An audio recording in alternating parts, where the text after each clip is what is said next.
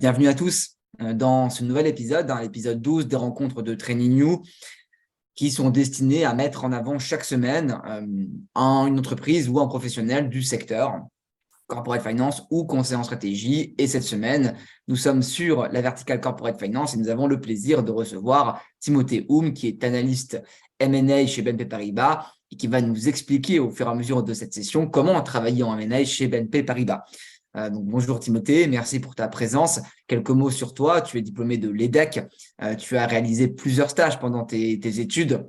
Tu vas nous en parler, dont deux en M&A, deux stages de 6 mois en M&A. Le premier chez PwC et le second chez Société Générale. Et tu as ensuite rejoint en septembre 2022, donc il y a quelques mois, BNP Paribas en tant qu'analyste. Voilà, donc merci encore. Et nous aurons l'opportunité de parler de tout ça lors de ce webinaire qui sera divisé en 3 grandes parties. Premièrement, quelques questions sur le parcours de Timothée. Il nous expliquera justement comment il a structuré son parcours et comment il en est arrivé là aujourd'hui. Deuxièmement, on fera un focus sur les process de recrutement à travers, bien sûr, l'expérience de Timothée. Et enfin, on parlera des missions en poste, à la fois en tant que stagiaire et surtout en tant qu'analyste, de ce que fait aujourd'hui Timothée. Avant ça, quelques rappels sur Training New, comme d'habitude, pour ceux qui ne connaissent pas encore. Je m'appelle Guillaume Pommier, je suis le cofondateur de Training New. Je l'ai fait avec Yong Tseguan. Vous avez nos quelques éléments sur nos parcours sur la page. Training New répond à un constat qu'on a fait quand on était étudiant et ensuite qu'on était recruteur chez Lazare, c'est ce décalage qui existe parfois entre les cours théoriques de l'école et les exigences très concrètes, très pratiques d'un process de recrutement pour ces métiers-là, et en particulier pour le M&A. Et depuis 2019, qui est l'année du lancement de Training New, notre mission, notre ADN a été, alors non pas de remplacer, mais de compléter les cours de l'école avec des contenus très, très spécifiques sur 2 aspects. Premièrement, process de recrutement et bien sûr l'entretien, qui en est la clé de voûte. Et deuxièmement, des compétences opérationnelles, des skills que vous devez mobiliser en poste en début de carrière. On a formé plus de 6000 étudiants depuis notre lancement. La très grande majorité suivent l'un de nos packs en ligne. Et on a une cinquantaine de partenaires avec des assos étudiantes, des écoles, des entreprises. Et vous avez ici quelques références où nos alumni travaillent maintenant dans plus de 200 entreprises dans le secteur. Voilà, j'en ai fini avec ma petite présentation et je vais passer maintenant la parole à Timothée avec une première question. À Timothée, quand et comment tu as découvert cet univers du M&A? Alors, bon, déjà, merci beaucoup Guillaume pour ton invitation et merci à tous pour votre présence. Ça me fait plaisir de partager mon expérience et mon court parcours pour le moment. Mais j'espère que je vais répondre au plus de questions possibles. Et voilà, après, bien sûr, je me tiendrai disponible pour répondre à vos questions et essayer de vous donner le plus de tips possible pour ceux qui se posent parfois déjà des questions pour savoir s'ils veulent ou pas faire du M&A. Et pour ceux qui veulent en faire, savoir comment s'en sortir dans tous ces process de recrutement. Alors donc déjà pour répondre à ta question donc sur le quand et comment j'ai découvert l'univers du M&A. Alors en fait c'est dès mon arrivée à l'EDEC que j'ai eu la volonté de faire déjà de la finance. Alors je ne savais pas si c'était encore déjà de la finance de marché ou d'entreprise, mais donc j'imagine comme beaucoup d'entre vous dans toutes les écoles, dans tout type d'école, j'ai pu échanger donc avec des intervenants qui nous ont présenté donc les différents métiers de la finance. Ce qui m'a déjà beaucoup plus attiré dans la finance d'entreprise, déjà plus généralement, c'était l'aspect assez concret du métier. Et c'est ensuite, évidemment, donc on aura l'occasion d'en reparler donc, sur tout ce qui est networking. J'ai aussi pu découvrir cet univers, donc du coup, c'était il y a 4 ans, en échangeant, donc, soit sur LinkedIn, sur des forums, ou avec plein de personnes venant de tout type de structures et de toute taille, donc que ce soit des boutiques, des banques. Voilà, j'ai aussi pu échanger avec des personnes d'autres métiers. Voilà, c'est un métier qui est assez central et qui est lié à plein d'autres métiers. Donc, c'était aussi très intéressant d'échanger, donc pas qu'avec des personnes qui ont fait du M&A, mais des personnes qui font de la dette, du leverage, du TS, etc. Voilà. Alors, qu'est-ce qui t'a intéressé justement dans ce métier, dans le M&A? Alors, ce qui m'a intéressé, beaucoup de choses. Donc déjà, ce qui m'a attiré et ce que j'ai pu aussi confirmer pendant toutes mes expériences, donc c'est à la fois donc les problématiques très passionnantes. Honnêtement, c'est un métier qui est très central, qui a un impact aussi sur les marchés financiers et qui est aussi très lié à l'actualité. Donc c'est voilà comprendre à chaque fois des problématiques différentes des entreprises en fonction de la taille de l'entreprise, des clients qu'elle a et de toutes les problématiques autour de ça. Donc, c'était déjà donc, les problématiques passionnantes autour de ce métier. Ce que j'ai beaucoup aimé, donc, même si j'ai donc toujours été dans des équipes généralistes, c'est la possibilité de voir, donc, de comprendre plein de secteurs différents, donc que ça soit de la tech, du retail, de la santé. Donc, c'était vraiment aussi un aspect très intéressant d'être vraiment polyvalent et de travailler sur tout type de secteur. Donc, ça, c'est quelque chose que j'ai beaucoup apprécié. Et enfin, c'est vraiment la courbe d'apprentissage. Honnêtement, c'est vrai qu'à chaque fois, quand on parle des motivations, on mentionne toujours ce terme, mais c'est vrai que là, je me suis arrivé il y a 4 mois chez BNP en analyste et j'avais déjà fait d'autres stages, mais c'est vrai que la courbe de progression est vraiment énorme parce que c'est intense. Et voilà, on travaille en même temps sur plein de dossiers différents. C'est ce qui fait que voilà, il y a une courbe d'apprentissage à la fois énorme. Donc, je dirais à la fois sur les hard skills, donc que ça soit sur l'analyse financière, sur la capacité à comprendre des concepts, mais voilà aussi sur les soft skills, donc tout ce qui est gestion du stress, organisation et la rigueur évidemment. Donc, voilà. Alors, on va revenir sur les principales étapes de ton parcours. Après ta première année à l'EDEC, tu as réalisé un premier stage de 4 mois chez Accenture en analyse financière. Est-ce que à cette époque, tu voulais déjà faire du M&A ou c'était vraiment une première expérience en finance pour ensuite affiner ton projet? Alors donc oui, je savais déjà que je voulais faire du M&A, donc c'était au bout d'1 an du coup d'école. Alors je pense que comme beaucoup de personnes présentes dans ce call, on sait tous à quel point c'est très difficile de trouver un stage en finance pour cette période de 3-4 mois. Donc je crois que ça dépend des écoles. Des écoles comme l'EM Lyon, je crois qu'ils font 6 mois à l'étranger, mais en tout cas pour l'EDEC et pour d'autres écoles, c'est ce stage de 3-4 mois qui est super dur parce qu'on a envie à la fois d'avoir l'expérience qui va nous permettre d'arriver en césure en disant j'ai déjà fait de la finance, j'ai déjà fait de l'audit, j'ai déjà fait du TS, et qui nous permettrait d'avoir un profil plus intéressant, entre guillemets, pour commencer à une première partie de césure en M&A.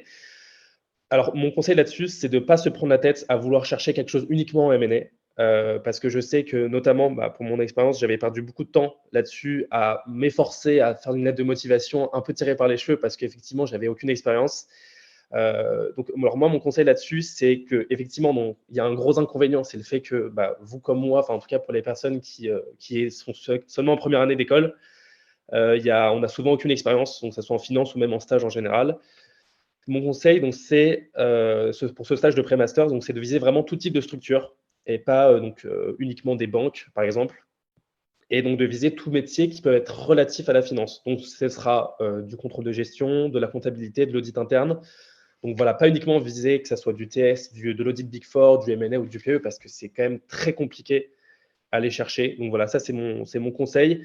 Et en fait, ce qui va faire la différence dans un deuxième temps, c'est comment déjà vous allez valoriser ce stage. Parce que si vous savez déjà que vous voulez faire du M&A, pendant le stage, vous allez pouvoir essayer de vous rapprocher peut-être un peu plus d'analyse financière. Voilà, il y a toujours la possibilité d'élargir un peu nos missions si on est curieux et si on est intéressé.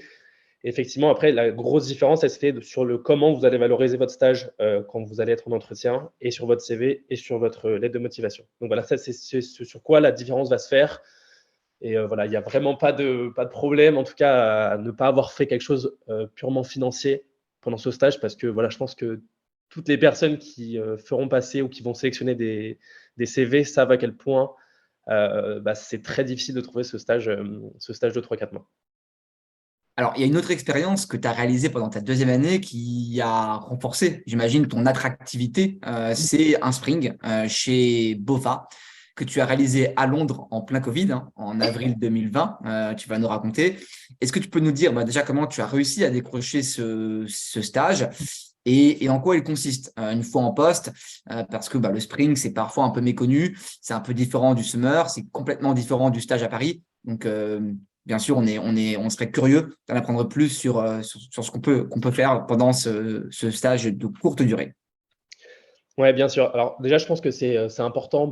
Je sais que quand j'échange avec des étudiants, je vois qu'il y a beaucoup de personnes qui connaissent pas trop ce concept du spring, qui est donc voilà. Déjà pour parler sur comment j'ai décroché, donc c'était en postulant un peu comme un dingue à toutes les banques. Donc j'ai donc passé beaucoup de temps sur le CV et sur la cover letter. Pas tant que ça sur le networking, je sais que beaucoup le font. Mais donc voilà, j'avais un Excel où j'avais toutes les banques, quand est-ce qu'elles sortaient leur possibilité de postuler dans leurs équipes, leurs offres. Et quel était l'état? Est-ce que j'avais passé des tests? Est-ce que j'avais postulé, etc. Donc déjà, c'est important d'être organisé parce que je pense qu'il y a 20-25 banques pour lesquelles il faut postuler. Donc, ce qui est important, c'est de savoir déjà que pas mal de banques sont en rolling basis. Ça veut dire que les premières personnes qui vont postuler sont les premières personnes qui auront la chance d'être sélectionnées. Donc ça fait qu'il faut quand même être assez à jour sur quelle banque. Donc c'est entre fin août et mi-octobre. Mais il y a, je dirais, peut-être une banque par semaine qui sort ses offres donc sur leur site internet. Donc il faut être assez organisé là-dessus et bien suivre cette actualité. Alors ensuite, qu'est-ce que c'est? Donc le Spring, c'est une semaine donc, qui se passe en avril, qui est à Londres. Donc pour ma part, c'était du coup en ligne, vu que c'était en avril 2020, donc tout début du Covid. Donc en fait, c'est une semaine d'observation donc, qui se passe normalement à Londres, durant laquelle il va y avoir donc, du shadowing, c'est-à-dire que c'est des personnes on va assister en fait, et on va travailler aux côtés de personnes qui travaillent dans la division dans laquelle on aura postulé. Donc pour ma part, c'était en investment banking. Voilà, on a également beaucoup de sessions donc, en fin d'après-midi et en début de soirée, des sessions de networking organisées donc, avec des opérationnels ou avec les autres personnes avec qui on est en Spring. Voilà, et on a eu des case studies. Donc quand j'étais chez Bank of America, on avait des case studies, on avait pu travailler sur des acquisitions, sur une acquisition et sur un mandat sell-side sur lequel BofA avait travaillé.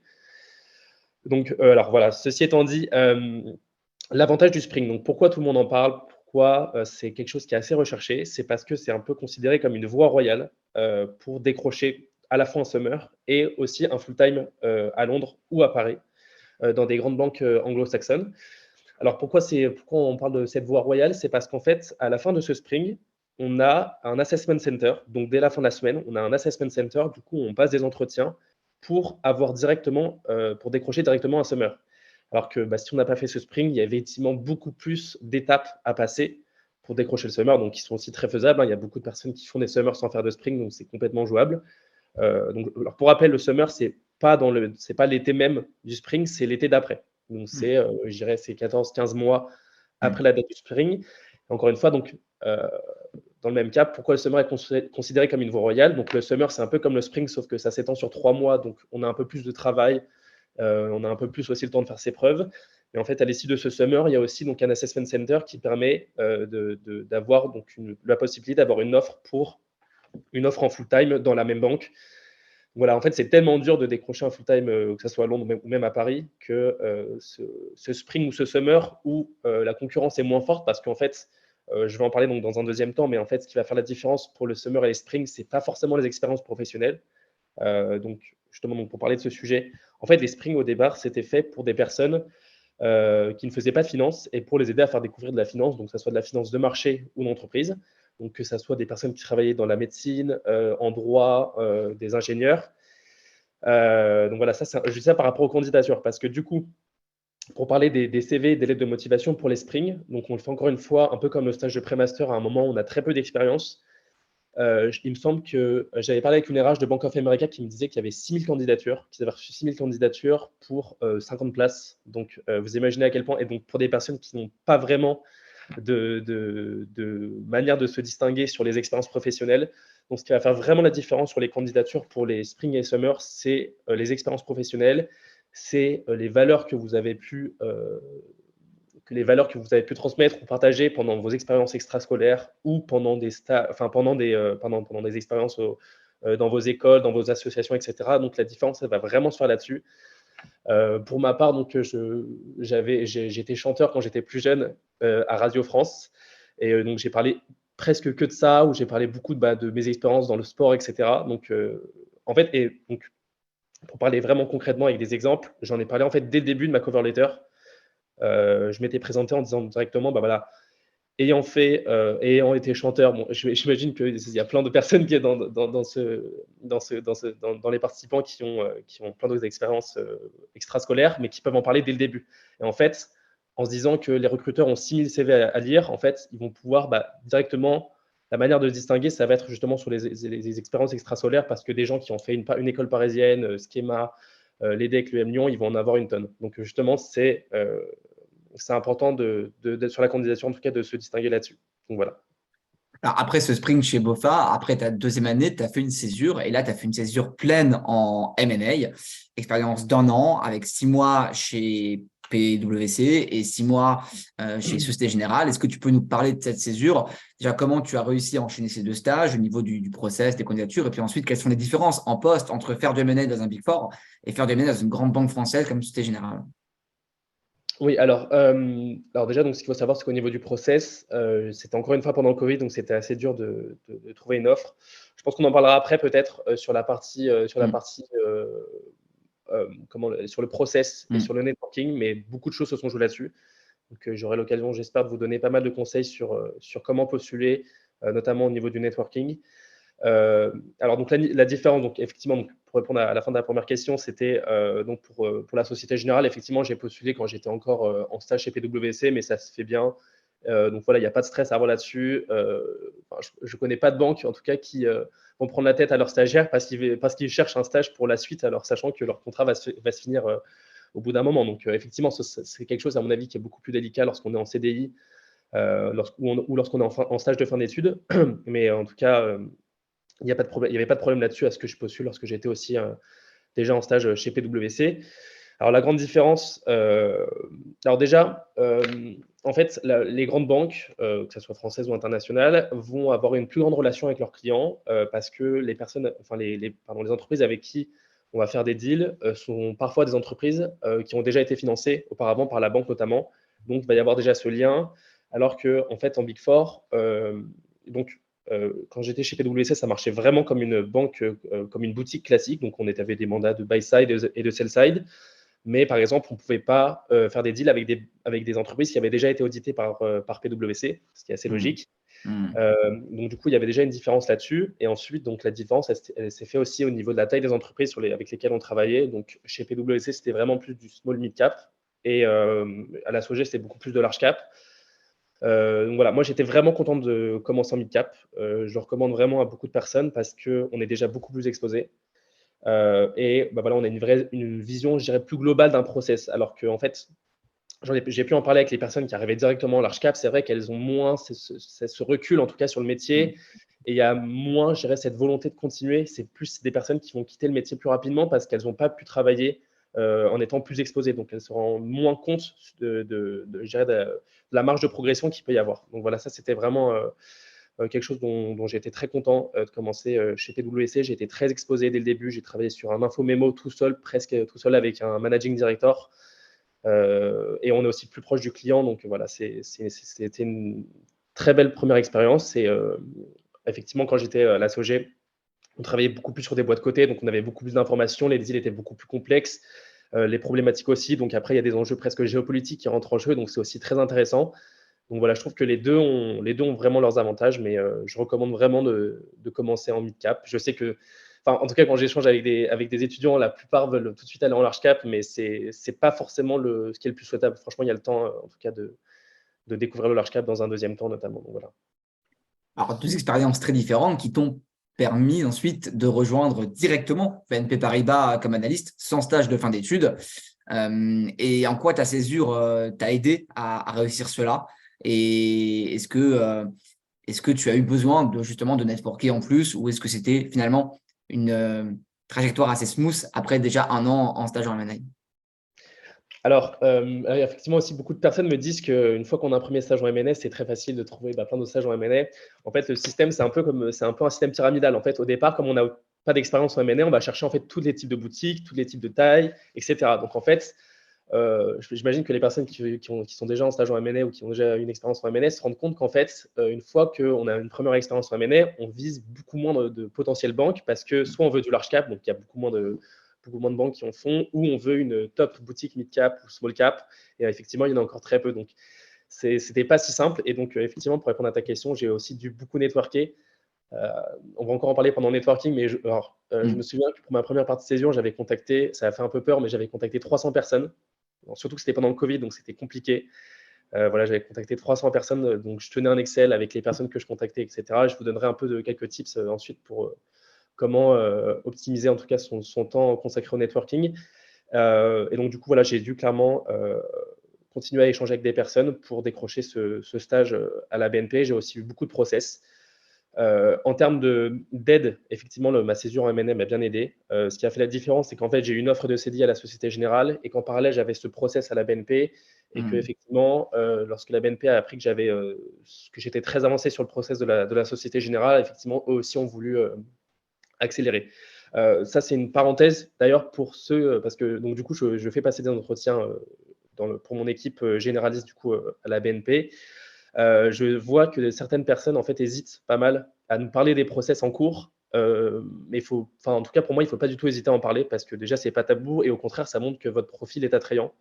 Donc voilà, ça c'est un conseil que je vous donne. Donc en parler plutôt à la fin, pas dès le début en disant que vous êtes en process dans telle ou telle banque, mais de ne pas hésiter parce que nous, notre but, ça ne va pas être de contacter quelqu'un je ne sais pas si c'est quelqu'un qui est en process, je ne sais pas, chez Natixis, on ne va pas appeler quelqu'un chez Natixis en disant ah ouais, il est en process, il t'a dit qu'il préférait Natixis, etc.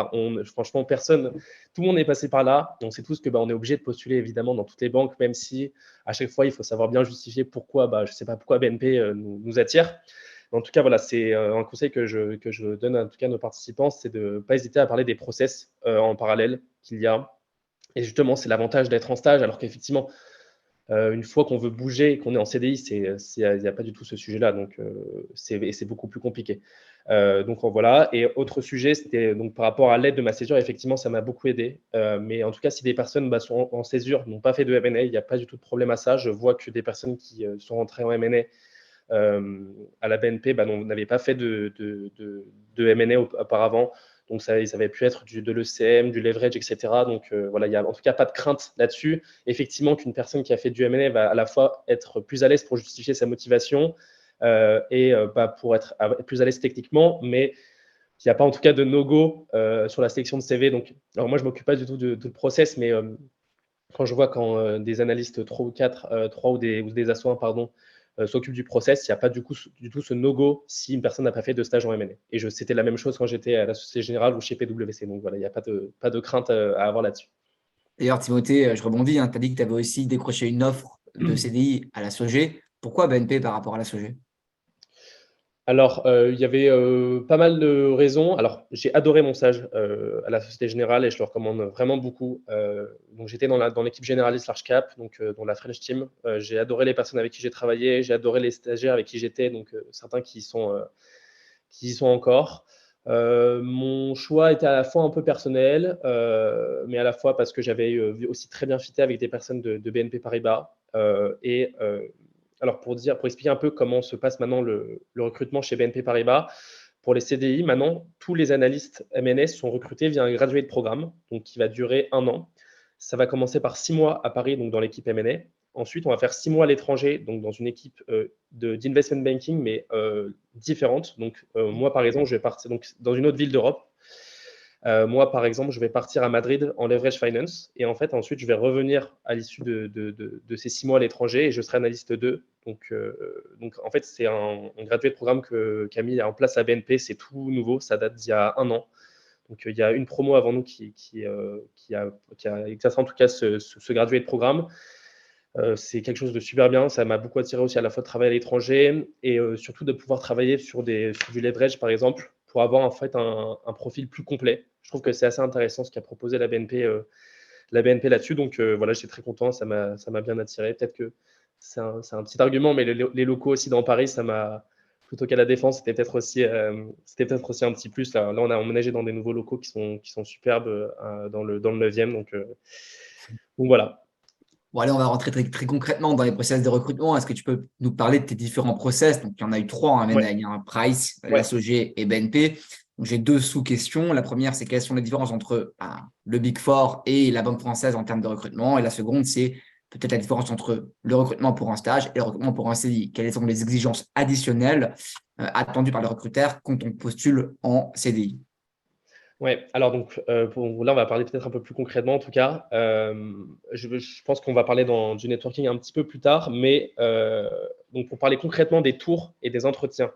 Chez PwC, donc j'ai eu un tour RH et j'ai eu un tour technique qui a duré 1h30 où j'étais avec un VP et une analyste. Donc pendant ce tour technique, j'ai eu du fit et de la valo, du technique qui était principalement de la valo, parler des méthodes de valorisation. Donc effectivement, j'ai vu qu'il y avait une différence lorsque j'ai passé mon process de stage à la Société Générale, où là, c'était quand même beaucoup plus dense. Donc c'était assez plus technique aussi. Donc à la Société Générale, j'ai eu un premier tour RH. Ensuite, j'ai eu 2 tours techniques avec 2 analystes. Donc là, comme sujet abordé, c'était assez classique, mais enfin voilà, c'était quand même un peu plus dense. Donc j'ai eu un cas de comptabilité avec l'achat d'une machine, un cas assez classique avec de la dette et de l'equity, avec un remboursement avec des DNA, avec le remboursement d'intérêts, etc. Donc ça, c'était la Société Générale. Alors je me souviens, pour la question la plus compliquée que j'ai eu à la Société Générale, elle m'avait marqué, donc je m'en souviens, même si c'était il y a 2 ans. J'avais une question sur le ROCE, donc le Return on Capital Employed, donc un ratio de rentabilité, le ratio de rentabilité des capitaux employés. Donc je me souviens que ça m'avait un peu marqué, mais voilà, c'était la question la plus dure que j'avais eue. J'avais aussi pas mal de questions sur les recherches d'informations, donc où notamment il fallait parler des brokers. Donc c'est quelque chose que j'avais moins expérimenté en mid-cap, puisqu'on travaillait sur des entreprises privées. Mais voilà, en tout cas, ça c'était pour mon process à la SOG. Donc un tour RH, 2 tours techniques avec des analystes, et j'avais un tour avec la RH, la responsable RH groupe. Donc voilà, mais ça c'était à la SOG. Et effectivement, donc il y a une grosse différence avec les process CDI qui sont quand même beaucoup plus à la fois techniques et à la fois beaucoup plus longs. Donc à la BNP, j'ai passé 2 entretiens techniques avec à chaque fois un asso et un VP. Donc j'ai rencontré 4 personnes déjà, donc 2 entretiens d'1h30. Ensuite, j'ai passé 2 entretiens seniors avec 2 MD. Donc on était déjà à 4 entretiens. Et ensuite, j'ai passé un entretien RH. Et ensuite, j'ai passé un entretien de groupe où on a travaillé sur un cas avec d'autres personnes qui postulaient aussi pour le CDI. Donc voilà. Concrètement, ce qui a changé, je me rappelle un peu donc, des questions techniques.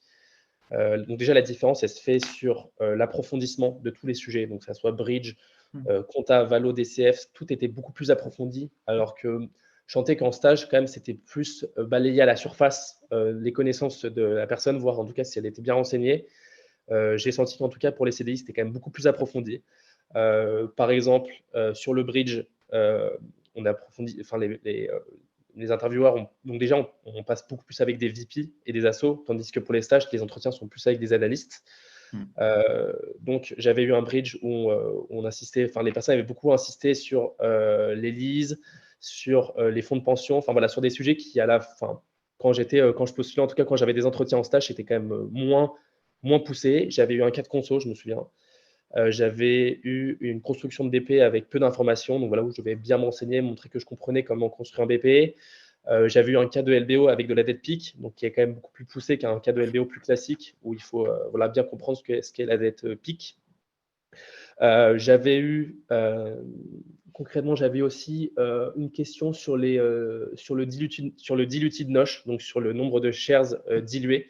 J'avais aussi des questions plus précises là-dessus. Et enfin, j'avais donc des questions plus précises sur l'IFRS 16. Et j'avais aussi j'avais eu un modèle d'accrétion de dilution, un peu plus détaillé. Donc voilà, ça c'est pour un peu que les personnes qui postulent pour les CDI se rendent compte quand même qu'il y a une différence qui se fait sur l'approfondissement. Donc il n'y a pas des nouveaux sujets qui sont abordés, mais effectivement, les sujets qui sont abordés sont beaucoup plus approfondis parce que déjà, les entretiens sont plus longs. Donc voilà. Et par rapport donc, au process, effectivement, donc, quand j'étais à la Société Générale, il y avait directement un assessment center où toutes les personnes qui étaient en stage et qui avaient fait un bon stage pouvaient directement avoir accès. Donc ça, c'est aussi un autre conseil que je vous donne. Pour ceux qui veulent faire du M&A en CDI, renseignez-vous bien à chaque fois s'il y a une possibilité de convertir. Donc je sais que le marché est compliqué en ce moment, qu'il y a un peu moins de recrutement. Mais voilà, c'est important en tout cas de bien se renseigner sur quel stage de fin d'études pourrait éventuellement me permettre de convertir de ce stage en CDI, parce que justement, en fait, c'est ce qui avait été le cas pour moi à la Société Générale. Et c'est après, une fois qu'on a une première offre de CDI, c'est là qu'on peut un peu toquer à la porte d'autres banques avec cette première offre de CDI. Mais la première offre, en tout cas, je trouve qu'elle est importante parce qu'elle permet aussi de donner un peu plus de poids à notre profil. Donc, comme je disais tout à l'heure, moi, je n'avais pas hésité à parler de cette offre que j'avais en parallèle. Et j'ai vu clairement la différence. Donc, voilà encore un conseil bien accentué là-dessus. Voilà. Alors, il y a un pain point qui est assez récurrent chez beaucoup d'étudiants, c'est le passage du screening, les candidatures. Quels seraient tes conseils sur ce sujet, à la fois sur le CV, sur la motivation et comme tu en as déjà parlé un petit peu à plusieurs reprises, sur le networking. Sur ces Ok. 3 éléments, quels seraient tes conseils pour optimiser ses chances d'obtenir un entretien? Alors, déjà, c'est une question importante parce que justement, c'est quelque chose dont je voulais parler. Hem, je dirais donc en termes de priorisation, parce que moi j'avais ce problème-là quand je postulais, j'avais aussi quand même mes cours en parallèle ou un stage en parallèle, donc il fallait savoir quoi prioriser, le CV, la lettre de motivation ou le networking.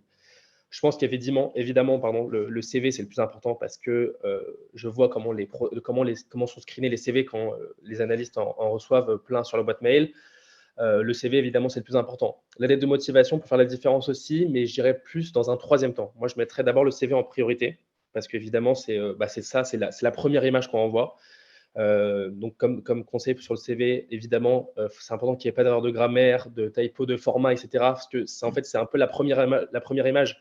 Je vois avant de faire passer un entretien, je regarde en quelques minutes le CV et évidemment, ce qui ressort en premier, c'est la forme. Donc évidemment, après le fond, je vais le lire attentivement pour poser les questions adéquates, aux candidats, mais la forme, c'est super important parce que ça va nous montrer dès le début, est-ce que le candidat est rigoureux? Et c'est un peu bête, mais voilà, c'est, une erreur, des petites erreurs d'orthographe ou je sais pas, ça peut attirer notre attention bêtement plutôt qu'attirer notre attention, je sais pas, sur une activité extrascolaire ou sur, une expérience pro que la personne peut avoir eue. Moi, ce que je donne comme conseil sur le CV, c'est dans l'ordre de faire d'abord l'éducation, ensuite l'expérience, ensuite, les skills, donc informatique, langue, tout ce qui est TOEIC, et cetera, et ensuite de parler de l'extrascolaire. Voilà, franchement, l'extrascolaire, pour ceux qui en ont fait, n'hésitez pas à le négliger, que ça soit du sport, des activités, associatives, et cetera. N'hésitez pas, à accentuer ça parce que, je vois qu'en fin d'entretien, souvent, quand il nous reste 5 minutes, on peut parler de ça et ça peut créer un lien, Mmh. agréable, en tout cas, avec le candidat et du coup, je peux me dire: «OK, ce candidat, il m'a parlé, il m'a dit qu'il avait fait du tennis à haut niveau, on en a un peu parlé, c'était sympa», et cetera. Donc voilà, pas négliger, en tout cas, ce point, extrascolaire. Voilà, évidemment, pour la partie, pro, ne pas hésiter à faire plusieurs bullet points, à parler avec des exemples concrets et des chiffres si possible. Parce que tout de suite, ça donne un peu plus je dirais de place, même si c'est pas pas forcément un montant de divi, mais je dirais, des chiffres en tout cas concrets sur ce que vous avez fait, ça donne aussi beaucoup de poids à votre CV. La lettre de motivation, donc pour moi qui vient plus dans un troisième temps parce que c'est moins sur la lettre de motivation. Enfin, alors, je ne sais pas comment les autres banques, je ne sais pas comment toutes les banques fonctionnent, mais en tout cas, dans les banques où je suis passé, effectivement, la lettre de motivation peut être lue, mais ça sera plus, je pense elle peut faire plus la différence sur des springs et des summers plutôt que pour des stages à Paris. Les stages à Paris, effectivement, on va plus accorder d'importance à la fois au networking et au CV surtout. Donc voilà, mais pour la lettre de motivation, il ne faut pas qu'elle soit trop longue. Il faut qu'il y ait bien des liens qui soient faits entre les différentes étapes du parcours, même entre des activités extrascolaires, les valeurs que vous auriez pu développer pendant ces expériences et avec vos expériences pro et éventuellement du coup la banque dans laquelle vous allez postuler. Donc, alors pour parler donc du networking qui est pour moi le plus important, honnêtement, en termes de répartition, je pense que tout le temps que j'ai passé à postuler, j'ai dû passer, je dirais, 60% de mon temps à networker et à postuler, donc voilà, mais surtout networker et le reste du temps à réviser la partie technique et comment je vais répondre aux questions. Mais en fait, la partie networking, pour moi, elle est hyper importante parce que donc déjà, moi, j'ai trouvé tous mes stages, donc chez PwC, à la Société Générale et à la BNP, je les ai tous trouvés par LinkedIn et tous les process où j'ai été le plus avancé, c'était grâce à LinkedIn. Donc, LinkedIn est votre meilleur ami donc mes conseils concrets pour le networking. Donc déjà, pour avoir des contacts. Moi, ce que je vous conseille, c'est de toujours envoyer un message avec l'invitation. Donc, c'est le fameux message où on n'a que 300 lettres. Donc, effectivement, c'est compliqué. Donc, essayez de faire quelque chose de concis, précis, peut-être pas trop direct. Je ne conseille pas de dire direct je veux, est-ce que je peux vous envoyer mon CV, enfin, quelque chose dans le style. Essayez de faire un truc un peu subtil où vous voulez vous renseigner à la fois sur le métier et sur le process de recrutement. Voilà, sans trop en dire, sans dire est-ce que je peux vous envoyer mon CV, ça fait quelque chose. Enfin voilà, ça permet de faire un truc un peu plus smooth et Mmh. amener le sujet de façon. Enfin moi, je vois maintenant que je suis un peu de l'autre côté de la face. Je sais très bien que quand quelqu'un me contacte, c'est aussi pour m'envoyer son CV, mais effectivement, quand c'est fait de manière un peu plus délicate, c'est sympa parce que aussi je peux créer éventuellement un lien avec la personne qui m'envoie un message, avec qui je vais peut-être soit appeler, soit échanger par message. Donc ça, c'est important. Mon deuxième conseil, c'est peut-être éviter le week-end. alors je ne sais pas comment fonctionnent les autres analystes, mais pour ceux avec qui j'ai discuté, je vois que le week-end, les gens ont plutôt tendance à répondre en semaine que le week-end. Donc, vaut mieux que votre message arrive à un moment où la personne va potentiellement pouvoir vous répondre. Moi, je sais que je me posais beaucoup la question de savoir à quel moment de la journée Mm. il faut envoyer ce message. Je me rends compte qu'en fait, il n'y a pas du tout de moment opportun pour envoyer ce message. Ça peut être le matin. Moi, je vois que je réponds parfois le matin, parfois quand j'ai un trou dans l'après-midi, parfois le soir. Donc, en tout cas, il n'y a pas vraiment de moment opportun. Peut-être envoyer je dirais, moment le plus stratégique, je dirais peut-être à niveau de l'heure du déjeuner, parce que quand la personne rentre, peut-être qu'elle peut avoir quelques minutes sur son téléphone à pouvoir répondre. Donc, ça, c'est au niveau du message. Ensuite, si jamais une personne vous accepte, alors moi, je vous dis, en tout cas, il ne faut vraiment pas hésiter à relancer les personnes. Moi, je le vois par exemple parce que parfois, je reçois un message, limite, je suis en train de répondre et je me fais appeler ou quoi. C'est un métier quand même très dense où on doit être opérationnel en permanence et du coup, parfois, on va oublier de répondre à une personne. C'est pas qu'on ne veut pas lui répondre ou pas qu'on n'est pas intéressé par son profil, mais juste qu'on va oublier, qu'après, on va recevoir notre message, etc. Moi, par exemple, parfois, je regarde un peu tous les messages que j'ai reçus pendant les 2 dernières semaines et j'essaie d'y répondre. Mais en tout cas, il ne faut pas hésiter à relancer.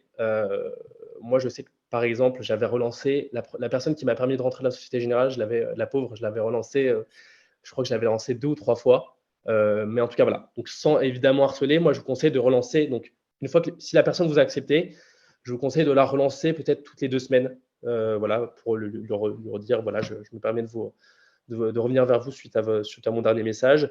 Voilà, la personne va comprendre tout à fait. Honnêtement, il n'y a personne qui ne vous répond pas parce qu'elle n'est pas intéressée par votre profil, mais 99% du temps, c'est juste que soit elle n'a pas le temps, soit voilà, elle n'a pas vu votre message, votre premier message. Et moi, en tout cas, c'est le cas souvent pour ma part. Donc voilà, il ne faut vraiment pas hésiter à relancer. Ensuite, qui contacter? Moi, je vous conseille plutôt donc je vois un peu, j'ai vu, pendant mes expériences qui s'occupait des process, ça a plutôt en tout cas en large cap, dans les banques françaises, ça a plutôt tendance à être des analystes 3 ou des assos 1 qui s'occupent du process. Donc essayez de viser en tout cas, le temps pour que le temps soit le plus optimisé pour vous. Essayez de, contacter des personnes, qui ont entre, je dirais 2 et 4 ans d'expérience pour des stages. Ensuite, effectivement, pour des CDI, ce sera plutôt des assos ou des VP. Ce sera plutôt ces personnes-là. Moi, je l'ai vu, c'était un VP en tout cas qui m'a aidé à pousser ma candidature du côté de BNP Paribas pour mon CDI, alors que ça avait été des analystes à chaque fois chez PwC, à la Société Générale, et même dans les autres banques par lesquelles j'ai été passé. Donc voilà. Une fois que, et une fois qu'on a ce contact, donc ça, c'est aussi un point important, c'est important d'entretenir la relation. Donc, je ne vous demande pas d'envoyer, je ne dis pas qu'il faut envoyer un message tous les lundis en disant comment s'est passé ton week-end, etc. Le but, ce n'est pas non plus de lancer une relation amoureuse avec la personne, mais en tout cas, c'est important d'entretenir la relation. Je ne sais pas, en tout cas, par exemple, s'il y a une personne avec qui vous aviez échangé et que vous décrochez une offre, lui dire, voilà, j'ai eu cette offre, merci pour ton Mm. aide, etc. Ça, je pense que c'est assez important parce que je prends encore une fois le cas de mon exemple, mais j'ai vu qu'une personne que vous contactez pour une P1, je ne sais pas, qui va être du large cap et que vous n'allez pas potentiellement pas pouvoir décrocher dès votre première partie de césure, vous allez pouvoir la recontacter en fait pour une P2. Et ça, justement, c'est assez important parce que, justement, si quelqu'un que vous avez contacté avec qui c'était assez sympa, peut-être que vous avez eu au téléphone pour une P1 qui est du coup qui était en large cap, vous allez pouvoir la recontacter après avoir fait une première expérience. Je me permets de revenir vers toi suite à notre appel, etc. Donc ça, encore une fois, c'est important d'entretenir de manière, encore une fois, très professionnelle, mais la relation avec les personnes avec qui, en tout cas, vous avez un bon échange. Voilà, ça, c'est assez important. Donc voilà, ça, c'est mes conseils plutôt globaux. Je ne sais pas si les gens ont des questions, mais en tout cas, c'est mon conseil principal sur le networking.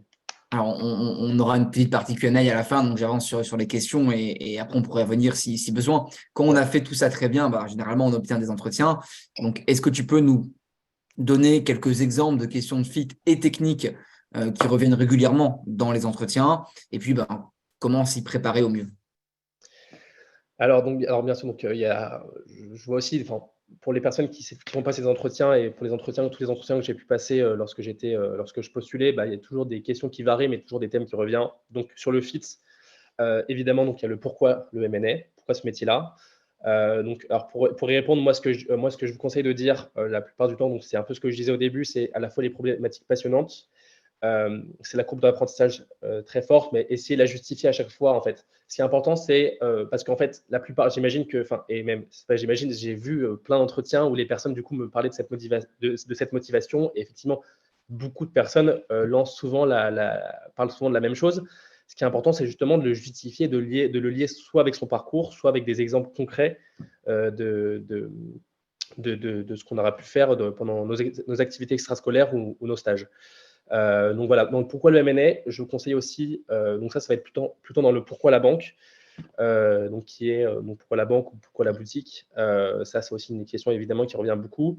Donc premièrement, je vous conseille de bien connaître des infos générales donc pas d'en parler, mais en tout cas d'être sûr d'avoir au moins un bon backup là-dessus, de connaître, je ne sais pas, le fondateur, peut-être le nom de un ou deux MD, de savoir comment ça a été créé, dans quelles conditions ça a été créé, que ça soit un fonds, que ça soit une boutique M&A, donc voilà, dans quel cadre ça a été créé. Ensuite, bien sûr, de parler du prestige. Vous allez forcément trouver un chiffre qui valorise la banque ou la boutique dans laquelle vous allez postuler.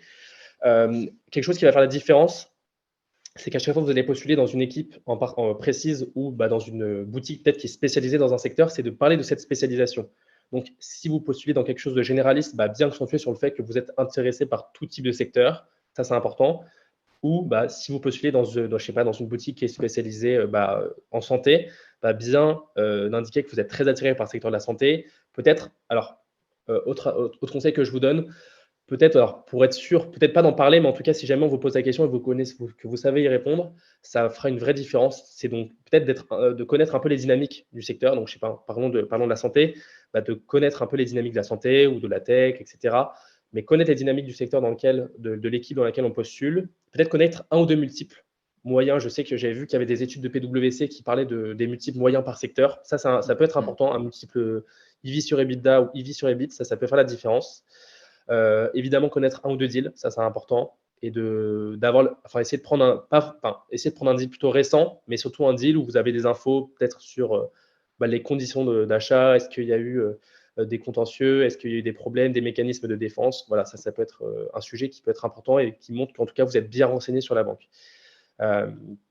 Ensuite, sur le pourquoi la banque, alors moi, mon conseil principal aussi, c'est de justifier en fait notre attrait pour la banque dû aux échanges qu'on a eus avec des opérationnels. Parce qu'en fait, ce que vous allez dire avant, tout le monde peut le dire et tout le monde peut vous le dire et tout le monde va plus ou moins dire la même chose. Mais ce qui va vraiment vous distinguer, c'est si vous êtes bien entendu avec une ou deux personnes, ça, personne ne peut vous l'enlever. Et ça, c'est quelque chose qui ne relève plus de quelque chose de factuel, mais quelque chose de plutôt qui dépend de la sensibilité de chacun. Et ça, pour moi, ça fait une vraie différence parce que personne ne peut vous dire, OK, on m'a déjà dit ça. En fait, si vous êtes bien entendu au téléphone ou que vous avez échangé et que vous êtes bien identifié avec telle ou telle personne déjà de l'équipe ou de la banque, ça fait une vraie différence. Donc voilà, ça, c'est dans le pourquoi la banque. Ensuite, dans les questions qui reviennent, j'en ai pas parlé, mais en vrai, c'est la question principale, c'est savoir se présenter. En vrai, entraînez-vous pour ça parce que c'est pas toujours un exercice facile de savoir se présenter de manière assez concise et précise, donc en 1 ou 2 minutes. Donc, savoir bien parler à la fois principalement donc, de son éducation, de la formation et des expériences pro, mais essayer de pouvoir caler éventuellement, je sais pas, une activité extrascolaire que vous avez fait qui a été très importante pour vous. Mais effectivement, ce dont je me suis rendu compte, c'est qu'à Paris, c'est quand même plus dirigé vers la technique plutôt que le fit dans les entretiens. Du coup, en parlant de fit, je parle des expériences extrascolaires, mais le fit, évidemment, est très important. Mais je voyais que pendant mes entretiens de spring et de summer, on parlait beaucoup plus de mes activités extrascolaires que lorsque j'ai passé des entretiens à Paris. Donc voilà. Ensuite, une autre question qui revient pour le fit, c'est pourquoi le mid ou large cap, notamment. Ça, c'est une question qui peut revenir pas mal. Ça, c'est important aussi de savoir le justifier. Et l'argument principal, en tout cas, dont vous pouvez parler, donc vous pouvez parler du fait que les grandes entreprises sont peut-être trop grosses et que ça vous intéresse un peu moins, etc., que vous préférez fouiller mais voilà, en tout cas, l'argument qui va vraiment faire la différence et qui qu'on comprend le plus en tout cas, c'est le degré d'exposition. En tout cas, si vous postulez en mid-cap, ce qu'il faut vraiment revendre, c'est le degré d'exposition. Parce que c'est ce que j'ai vécu en tout cas quand j'étais chez PwC, c'est qu'on est beaucoup plus exposé. On travaille sur des grands dossiers, mais presque tout seul. Donc voilà, ça c'est important. Et pour le large cap, évidemment, ce qu'il faut revendre, c'est la complexité des deals, parce que donc, on a beaucoup plus d'informations. C'est souvent des entreprises qui ont plein de filiales, etc., et qui ont des enjeux stratégiques beaucoup plus importants. est beaucoup plus complexe. Donc, c'est ça qui est bien à revendre avec des business models qui sont beaucoup plus aussi intéressants et passionnants. Donc, voilà, franchement, c'est ça je vous conseille de dire. Donc, il y a aussi, j'imagine, plein d'autres arguments, mais voilà, en tout cas, c'est mes arguments principaux pour les questions de fit et pour les questions techniques. Donc, alors moi, je vous conseille, donc, pour vous dire un peu comment j'ai bossé, moi, j'ai bossé donc, mes entretiens deuxième partie et de CDI avec TrainingView. Donc, franchement, donc, merci Guillaume, moi, ça m'a beaucoup aidé, honnêtement, Avec plaisir. sur que ça soit les cas. Moi, franchement, un conseil que je vous donne, c'est de pas trop essayer de. Enfin, ce que j'ai fait au début quand je voulais postuler, j'avais toujours un peu d'une école, un peu d'une école, un peu d'une école qui m'envoyait tous leurs trucs et je voulais absolument avoir le truc le plus dense possible. Mais en fait, c'est pas toujours utile de trop diversifier ces sources d'apprentissage parce que finalement, les questions sont plus ou moins les mêmes. Il faut prendre juste quelque chose de fiable et qui traite un peu de toutes les thématiques. Et moi, ça a été le cas de Trainingview. J'ai vu qu'en fait, quand même quand j'avais révisé mes premiers entretiens de M&A, c'était un peu brouillon parce que j'avais une définition de TradingView, j'avais une définition d'une autre organisation, d'une définition d'Internet, une définition d'un autre site, etc. Et c'était trop dense et du coup, je n'avais pas quelque chose de concret. Et en fait, ce que j'ai décidé, surtout pour mes entretiens de CDI, c'est qu'il fallait être concis et précis. Pas trop, le but, c'est vraiment de ne pas trop en dire. Ça, on va peut-être en parler après pour les conseils que je vous donne pour les entretiens. C'est déjà de savoir ce dont on parle et de ne pas trop essayer de caler le plus de choses possible. C'est vraiment pas le but. Et voilà, en tout cas, moi, j'ai bossé avec Trainingio uniquement. Voilà, ce que je vous conseille aussi, c'est toujours de vous appuyer d'Internet. Dès que vous avez une question sur un truc, vous n'êtes pas sûr de bien comprendre un truc, de toujours être sûr de ce dont vous allez parler en entretien. Et du coup, toujours peut-être approfondir vos questions. Et si vous avez une interrogation, sur Internet, il y a plein de sites sur lesquels vous allez trouver des réponses à vos questions. Mais du coup, voilà, donc pour les thèmes principaux, c'est de la comptabilité, savoir faire un cas. Je sais que sur TradingView, ils proposent des cas justement pour s'aider. Honnêtement, moi, j'ai travaillé là-dessus. Ensuite, le bridge, la valo, le DCF, le LBO et parfois donc, des cas de merger, donc des créations de dilution. C'est aussi important de le connaître. Ça, c'était plus pour des entretiens de CDI que j'ai eu ça.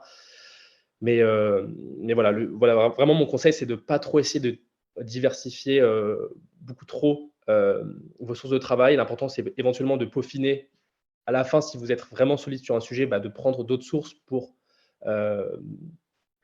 peaufiner un peu vos connaissances sur un sujet, mais ça risque sinon, au départ, de beaucoup plus vous embrouiller qu'autre chose. Donc voilà, ça, c'est un conseil que je vous donne. Donc voilà. Alors, on verra peut-être sur l'entretien dans les Q&A, mais je vois que le temps avance. Donc, on passe à la troisième partie sur l'émission. Ouais. Et puis, s'il y a des questions, bien sûr, sur cette thématique, on y reviendra. Est-ce que tu peux nous parler de la journée type d'un junior en M&A et quelles sont les différences entre le rôle du stagiaire et celui d'analyste, donc le poste que tu occupes actuellement? Oui, bien sûr. Alors, donc déjà, l'avantage, je trouve, de ce métier, c'est qu'il n'y a pas du tout de journée type. Je sais que les gens disent souvent ça, mais c'est la vérité. Honnêtement, il n'y a pas du tout de journée type. Moi, ce que j'aime bien, du coup, dans ce métier, c'est qu'il n'y a pas de routine du tout. C'est qu'on est toujours en permanence. Enfin, moi, je ne pourrais même pas vous citer deux jours dans les 4 derniers mois qui ont été identiques. Parce que, donc, par exemple, à la BNP, je travaille sur 4 sujets différents, 4 exécutions différentes qui sont à différentes étapes du process chacune, qui fait qu'à chaque fois, on travaille sur des choses différentes, que les clients ne sont pas les mêmes, que la taille de l'entreprise n'est pas la même, que le secteur est différent. Donc, à chaque fois, en fait, on travaille sur des études complètement différentes. Donc, je ne sais pas si je peux vous parler d'une journée type. Alors, je vais vous parler de la journée d'hier pour vous donner un peu de comment se déroule une journée, mais vraiment, il n'y a pas une journée. La journée d'hier n'a pas été semblable à aucune autre, en tout cas. Que ça soit, et ça, c'est la même chose au niveau des horaires aussi. Je reprendrai peut-être après sur le pourquoi la BNP, mais en tout cas, il y a vraiment cette adaptabilité. Donc, je peux finir un soir tôt comme un soir tard. Je peux finir un soir comme, je ne sais pas, à 20h, à 21h, sans qu'on me relance après. Donc, il faut toujours être disponible, évidemment, mais je peux finir un soir très tard. Mais voilà, ça varie en permanence. Donc, moi, j'aime bien ce côté-là parce qu'il n'y a pas de routine. Et ce qui va être important après, ça va être la communication avec nos managers. Pour justement ne pas à chaque fois être surpris au dernier moment alors qu'on a prévu, je ne sais pas, un dîner, un week-end ou de partir un week-end. Voilà, je pense que c'est important de communiquer. Il n'y a pas de honte à ça. Il n'y a pas de honte à avoir à une vie sociale à côté. L'important, c'est juste de bien savoir communiquer. Donc, alors, pour pouvoir parler du coup de la journée type, je vous parlerai de la journée d'hier peut-être. Donc, le matin, je lis, je réponds à mes mails, à des demandes du client. Et j'avais ensuite travaillé sur la modification de données d'un IM parce qu'on avait reçu un nouveau data pack du client sur une VDD financière. Et l'après-midi, pendant 3 heures, on allait chez le client pour travailler dans le cadre d'une expert session. Donc pour ceux qui travaillent ou ceux qui sont déjà en M&A, voilà, vous savez, dans la partie due diligence, où on a travaillé du coup sur une expert session. Et hier, en fin d'après-midi, en fin de journée, je travaillais sur un LBO, sur un 4e sujet. Donc voilà, ça fait des journées très denses. Et du coup, donc la différence entre le rôle de stagiaire et d'analyste, donc déjà, c'est qu'on a beaucoup plus de responsabilités, dans le sens, et qu'il faut du coup être très rigoureux parce que quand on était stagiaire, souvent je faisais des erreurs ou je me relisais moins. Mais sauf que là, le travail qu'on envoie, on n'envoie pas un analyste, on va l'envoyer directement un asso, un VP ou même un directeur. Et donc, du coup, on sait qu'on a beaucoup moins et que ce directeur est sur beaucoup de sujets et qu'il a moins de temps de corriger des erreurs, je ne sais pas, sur un Excel ou des erreurs de typo ou une source qui n'a pas été bonne, etc. Donc voilà, ça c'est important. Et ce qui est important aussi, du coup, quand on est en CDI, c'est de savoir déléguer parce que du coup, maintenant, on a l'appui des stagiaires, mais c'est pas, ça pourrait paraître simple parce que du coup, on a des personnes qui viennent nous aider, mais c'est aussi pas simple, du coup, de savoir bien déléguer, de savoir bien expliquer et aussi de savoir bien expliquer aux stagiaires comment justifier tout ce qu'il met pour que nous, quand on check dans un deuxième temps, ça soit quelque chose qui soit fait assez rapidement. Donc, voilà. Alors, tu en as parlé un tout petit peu. Est-ce que tu peux nous dire si le work-life balance est favorable chez BNP Paribas et comment concilier au mieux ce métier qui est exigeant, le M&A, avec sa vie personnelle? Ouais, donc évidemment, ça c'est un gros sujet parce que c'est un gros sujet qui revient. Et la question aussi que je pose à chaque fois quand je postule à gauche et à droite, c'est mais est-ce que vous finissez tard? C'est quoi en moyenne vous finissez à quelle heure? Et même quand on a des potes à gauche à droite dans une banque, on demande toujours mais toi c'est quoi tes horaires, etc. Donc effectivement c'est un sujet qui revient et qui est normal, c'est évident et c'est normal, hyper important pour chacun. Moi en tout cas chez BNP Paribas on a un très bon life balance. Il n'y a pas du tout de présentéisme obligatoire parce que déjà le télétravail est assez instauré dans la banque. Ça, c'est quelque chose de super important, que ce soit pour les stagiaires ou les analystes ou toutes les personnes, tous les opérationnels. Il y a beaucoup de télétravail qui est instauré, donc ça peut être à 1 ou 2 jours de télétravail par semaine. Il y a aussi cette flexibilité. Si un jour, je sais pas, il faut qu'on soit chez nous pour X ou Y raison, on va pas avoir, enfin, en tout cas, c'était le cas pour moi, et je sais que c'est le cas aussi pour les stagiaires notamment, on va pas se prendre une réflexion à chaque fois, mais pourquoi tu n'étais pas là, etc. Donc, il n'y a pas ce côté présentéisme qui est obligatoire chez BNP Paribas. Donc déjà, je trouve que ça permet de souffler. Enfin, je ne sais pas si un soir, j'ai fini très tard, je sais pas, 2 soirs d'affilée. Le lendemain, le jour d'après, je peux me mettre en télétravail et dormir un peu plus. Ensuite, pour le life balance, donc voilà, moi, de manière générale, j'ai le temps de faire plein de sports, de sortir le week-end, parfois le soir si jamais j'ai du temps, mais voilà, même tout en restant disponible, ça c'est le plus important, surtout quand on est en CDI parce qu'on peut avoir des demandes directement du client. Mais voilà, en tout cas, le life balance, c'est vraiment très bon chez BNP Paribas et même les analystes 2 ou 3 m'en parlent beaucoup et c'est ce qui fait qu'ils arrivent à rester sur la durée et je sais pas, à pas faire un burn-out au bout de 1 ou 2 ans. Donc voilà, ça c'est, je sais qu'il y a beaucoup d'a priori sur ce métier et je sais aussi que ça dépend des banques parce qu'il y a des banques où c'est pas pareil. Mais en tout cas, voilà, sachez qu'à la BNP Paribas, chez BNP Paribas, il y a un bon work-life balance qui est instauré. Alors, ma dernière question avant de passer à celle des étudiants présents, en un mot, quel conseil tu donnerais à un étudiant aujourd'hui pour décrocher un stage ou un CDI en M&A? Alors, donc, en un mot, ça va être compliqué, mais En quelques mots. Non, mais alors, donc déjà, je dirais, c'est d'être assez rigoureux donc déjà de pas baisser les bras. Donc moi, franchement, comme je vous l'ai dit, donc je souhaite quand même à tout le monde que ça soit pas aussi long et fastidieux. Mais enfin voilà, j'ai quand même contacté je dirais plus de 300 personnes en tout à l'issue de mes process. Mais à la fois aujourd'hui, je suis très content parce que finalement, c'est aussi intéressant parce qu'on échange avec plein de personnes différentes. Donc déjà, c'est de ne pas baisser les bras. J'ai, pour ma première partie de césure, été recalé euh, à 14 banques, enfin 14 banques et boutiques. Alors, c'était aussi une période compliquée parce que il y avait le Covid, donc des process ont été arrêtés. Mais voilà, j'ai passé en tout 14 entretiens avant d'avoir ma première offre chez PwC. Donc voilà, enfin voilà, en tout cas, il ne faut pas se décourager.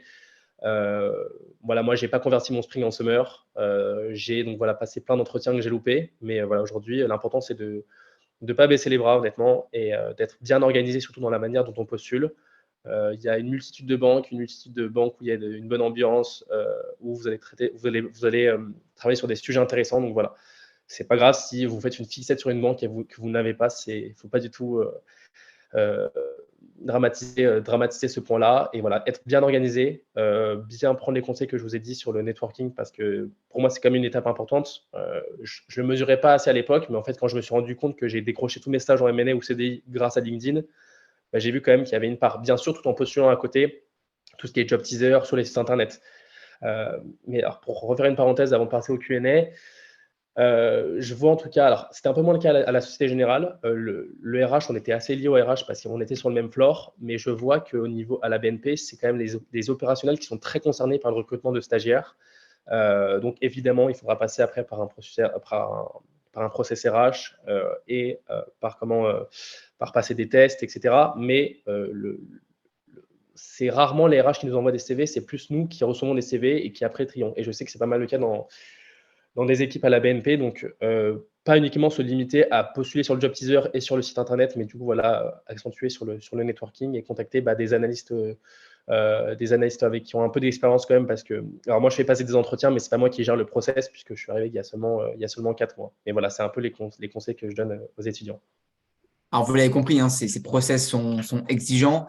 Et avant de passer au Q&A, juste quelques mots pour ceux qui aimeraient se préparer à ces process. Bien sûr, nous, on est là, TrainingView, on est la première plateforme de préparation aux entretiens, à la fois en corporate finance et en conseil en stratégie. Et sur la partie corporate finance, on a 3 packs. L'un est dédié au summer pour les stages à Londres, hein, Timothée en a un peu parlé, et les 2 autres pour les off-cycle à Paris. C'est 3 packs qui sont sans engagement, donc assez accessible. Donc, vous pouvez rester 1 mois ou 2 mois ou 3 mois ou plus, c'est vraiment à votre rythme.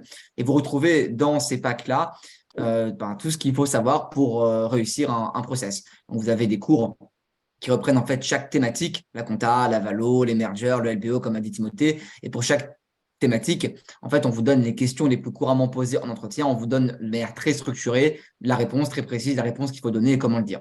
Il y a aussi bien sûr des questions d'entretien, des cas pratiques, des exercices pour s'entraîner. Donc, comme a dit Timothée aussi, beaucoup de cas en compta, beaucoup de cas en valo pour se tester et évaluer son niveau.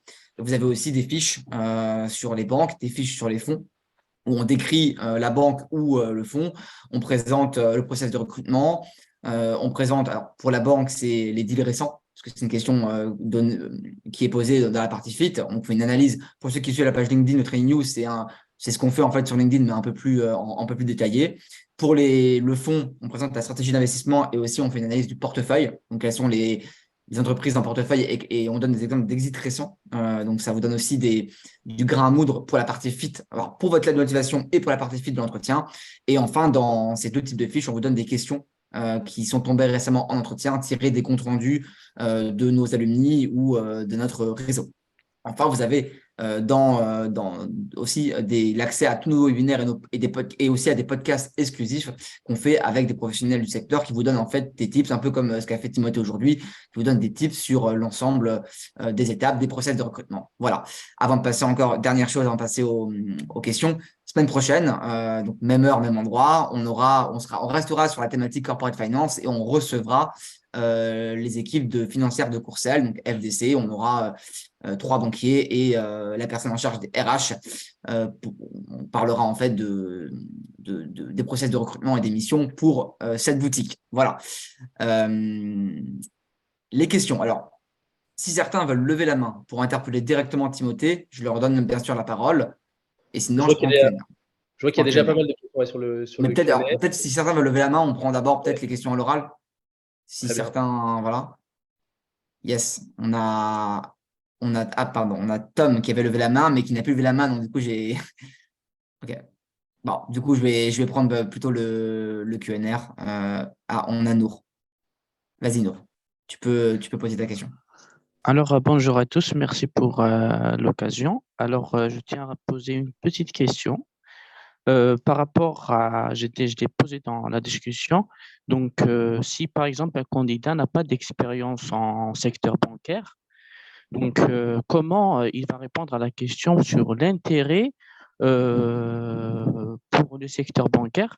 Également, comment il va prouver ses compétences et ses connaissances dans le secteur bancaire. Voilà. Alors, donc merci Nour déjà pour ton retour. Alors, pour répondre à ta première question, en fait, déjà, c'est pas, encore une fois, pas un problème. Effectivement, ce sera, je te garantis pas que tu auras toutes les banques large cap qui vont revenir vers toi, mais en tout cas, même mid cap, tu auras cette possibilité d'avoir des entretiens et tu pourras justifier. En fait, tu peux le justifier en parlant parce que en finance, on travaille sur des choses précises, mais déjà tes compétences, tu vas pouvoir les démontrer à travers l'entretien technique, la partie technique. Tu pourras expliquer, tu pourras montrer que tu connais le sujet. Ça, tu n'as pas besoin de prouver que tu as fait telle ou telle chose auparavant. Ceux qui l'ont fait, évidemment, c'est super, mais quelqu'un qui n'a pas fait de finance auparavant pourra montrer qu'elle connaît et qu'elle comprend toutes les questions techniques auxquelles elle va répondre, justement en étant bien préparé sur la partie finance. Et la justification, en fait, tu peux toujours parler de choses que tu as entrevues et sur lesquelles tu as travaillé pendant tes expériences, et en faisant un peu le lien avec la finance, et que du coup, tu aimerais bien maintenant avoir travailler sur cet aspect plus financier. Je ne sais pas si tu as travaillé sur de la stratégie ou si tu as travaillé je ne sais pas, sur quelque chose qui est complètement différent. Tu as toujours un lien à faire avec la finance, et tu pourras toujours dire que justement, tu aimerais bien découvrir l'aspect financier, en fait, voilà, l'aspect financier. Voilà. Tu pourras toujours justifier. En tout cas, il y a aucun problème à ne pas avoir fait du coup de finance avant. Enfin, moi, ça a été le cas aussi lorsque je postulais au début, et tu as toujours un moyen de trouver des liens, en tout cas, avec les qualités requises pour travailler en finance. On a une prochaine question de Babacar. Tu peux la poser. Bonjour. En fait, j'avais une petite question d'ordre personnel. En fait, je suis actuellement en M1 dans une école qui est dans le top 20. Et là, j'ai Ouais. trouvé mon M1 en private equity en SMID cap. Et j'aimerais savoir qu'est-ce que vous me conseilleriez, enfin, plutôt de faire en première partie de césure, en deuxième partie de césure, pour ensuite intégrer une boutique ou une banque en M&A, en mid ou large cap. Alors, j'ai pas très bien entendu la fin de ta question. Donc là, Ah oui. tu as une offre où tu es déjà en PE en première partie, c'est ça? Oui, j'ai trouvé une offre en PE en mars 2023 et après je vais attaquer ma césure à partir de septembre et j'aimerais savoir enfin, s'il fallait privilégier du financement structuré ou du M&A ou autre chose. Non, le PE, franchement, c'est super. Moi, je pense qu'il y a beaucoup de personnes qui aimeraient trouver ça dès le départ. Donc, c'est une très bonne première partie. Et enfin, c'est un très bon premier stage enfin, nous, j'ai vu qu'on avait fait passer des entretiens à des personnes qui, justement, avaient eu une première expérience en PE. Donc, cette expérience, en tout cas, pourra clairement te permettre de décrocher des entretiens en M&A à partir du coup, au début de ta césure en septembre 2023. Donc, voilà. D'accord, pas de souci, merci beaucoup. Merci. Je prends peut-être quelques questions on a Moussa qui a une question. Donc, Moussa, tu peux la poser. Oui, bonjour Timothée, merci pour ta présentation. J'avais une question par rapport aux difficultés que tu as pu rencontrer lors de tes premiers stages en M&A, que ce soit en mid ou en large, et quels conseils tu nous donnerais pour du coup mieux nous préparer et faire face à ces difficultés? Ouais, alors merci pour ta question. Alors donc déjà, j'avais des difficultés sur plusieurs choses, hein. Donc déjà sur le fait que il fallait déjà que je construise mon CV et ma lettre de motivation alors que j'avais très peu d'expérience. Donc du coup, c'était essayer de trouver. Il faut toujours essayer de trouver des exemples en fait de choses qu'on a faites. On en a forcément, mais on en a forcément. Parfois, faut pas non plus trop tirer les choses par les cheveux, mais il y a toujours un moyen en tout cas de trouver des liens. Donc ça a été un premier travail préalable important avant de me lancer entre guillemets dans les candidatures. Donc ensuite, voilà, comme je te disais, j'ai rencontré beaucoup de problèmes liés au fait d'abord que je networkais assez mal au début parce que je m'y prenais peut-être en contactant trop de monde, pas les bonnes cibles, et de la mauvaise façon, dans le sens où, par exemple, j'envoyais pas de messages, alors que j'ai vu quand même que j'ai eu plus de réponses et plus de personnes qui acceptaient en tout cas mon invitation lorsque j'avais ce message. Donc déjà, ça, c'était une première solution à mon problème rencontré. Et ensuite, évidemment, il y a eu des entretiens où du coup, j'étais un peu mal préparé. Comme je disais tout à l'heure, en fait, parfois, je diversifiais trop mes sources, donc j'avais pas des réponses assez concises, précises et structurées. Donc voilà, c'est pour ça qu'en tout cas, enfin, honnêtement, vraiment, quand je me suis, pour ma deuxième partie et en tout cas pour mon CDI, quand j'ai travaillé avec TrainingView, j'avais quand même des réponses plus structurées avec les cours, et donc ça m'a bien aidé. Donc voilà, et après aussi, tu gagnes forcément en expérience avec des entretiens. Donc voilà, on aimerait tous réussir tous nos entretiens, mais souvent, des entretiens qui se passent pas mal, mais où tu n'es pas retenu, mais au moins tu gagnes en expérience, et du coup, tu sais mieux à la fois expliquer tes motivations. Et voilà. D'accord. Et alors, si c'est possible de poser rapidement une deuxième question. Et donc, opérationnellement une fois que tu étais dans le stage? Est-ce Ouais. que à ce moment-là, tu as rencontré des difficultés, je ne sais pas, par rapport aux modélisations, PowerPoint, l'analyse, peu importe. Ouais, non, mais bien sûr, au début, tu fais forcément plus d'erreurs, tu es moins concis, tu sais moins comment aller chercher des informations, parce que notamment quand tu es stagiaire, c'est quelque chose d'important, surtout quand tu commences en mid-cap, où tu n'as pas toujours un broker qui te sort tout ce que tu veux. Mais effectivement, parfois dans les recherches d'informations ou même dans la façon dont je construisais, parce qu'effectivement, il y a, je ne sais pas connaître ce que c'est un DCF dans la définition, mais quand tu dois construire un DCF tout seul, par exemple, effectivement, c'est plus compliqué. Mais en fait, ça, tu le gagnes en expérience. L'important, c'est d'être rigoureux. Parce que, enfin voilà, on ne va jamais te tenir compte lorsque tu fais un truc pour la première fois. On ne va jamais te dire, ah oui, tu ne sais pas faire un DCF, etc. Ça craint un peu. Ah oui, tu avais déjà fait ça. Enfin, tu vois, même moi encore, là, je fais des erreurs. L'important, c'est de à chaque fois bien les noter et pas les reproduire pour que voilà, tu sois le plus opérationnel et le meilleur possible. Mais en tout cas, il y a des erreurs, tout le monde en fait. Et même, je sais pas, même des MD qui font des erreurs, il n'y a pas de souci à ça. Mais l'important, c'est de bien se rendre compte des erreurs, bien les noter et ne pas essayer de le reproduire le moins possible. D'accord. Merci beaucoup, Timothée. Merci à toi. On va prendre quelques questions du Q&A. Il y a une question sur quelles sont les questions qu'on peut poser à la fin de l'entretien. Si le recruteur vous demande est-ce que tu as des questions pour moi? Ouais, alors, moi, l'astuce que j'avais, c'était à chaque fois, alors c'est pas toujours le cas, mais en fait, parfois, on peut avoir accès, on connaît les personnes avec qui on va passer. Donc souvent, en fait, je passais rapidement sur LinkedIn pour voir qui était la personne, enfin ce qu'elle avait fait avant. Et je sais pas, par exemple, parfois, je passais un entretien avec une personne qui avait fait du PE et qui a fait du PE, mais qui est revenu en M&A. Donc je disais, mais pourquoi du coup, est-ce que vous êtes revenu en M&A? Qu'est-ce qui vous a le plus plu? Donc c'est moi la question numéro 1 que je poserais, c'est déjà par rapport, ça c'est si jamais vous y avez accès, par rapport à la personne qui vous fait passer l'entretien, si jamais vous réussissez à avoir des infos sur LinkedIn, en général c'est le cas parce que c'est plutôt des juniors et aujourd'hui quasiment tous les juniors utilisent LinkedIn. Donc voilà, posez une question par rapport au parcours de la personne. Et si jamais vous n'avez pas cette information-là, vous pouvez lui demander est-ce qu'elle aimerait parler d'un deal sur lequel elle a travaillé, donc qui est évidemment public, sur lequel elle a travaillé pendant ses années d'expérience, ou si parce qu'en général, quand la personne va se présenter, elle va dire voilà, j'ai fait telle banque avant. Tu peux toujours demander euh, quelle a été la différence et qu'est-ce qui te plaît le plus ici dans cette banque, je sais pas, chez BNP Paribas par exemple. Voilà, en tout cas, c'est les questions principales à poser. Voilà. On a une question sur le CV. Alors, un CV plutôt à l'anglais, type sobre ou coloré. Donc, Timothée, qu'est-ce que tu préfères comme type de CV? Alors, moi, franchement, que ça soit pour Londres ou Paris, donc déjà, j'ai toujours fait CV en anglais, pas de photos, parce que, honnêtement, et même dans les entretiens que je fais passer, j'ai jamais vu de CV avec une photo, et je sais que moi, au début, j'hésitais. Enfin, moi, j'avais même mis ma photo au début quand je postulais en pré-master, mais je sais que en banque, c'est quand même moi, je mets pas non plus mon adresse, voilà, et voilà, en termes de format pur, je mettais au centre mon nom, prénom et adresse mail, téléphone.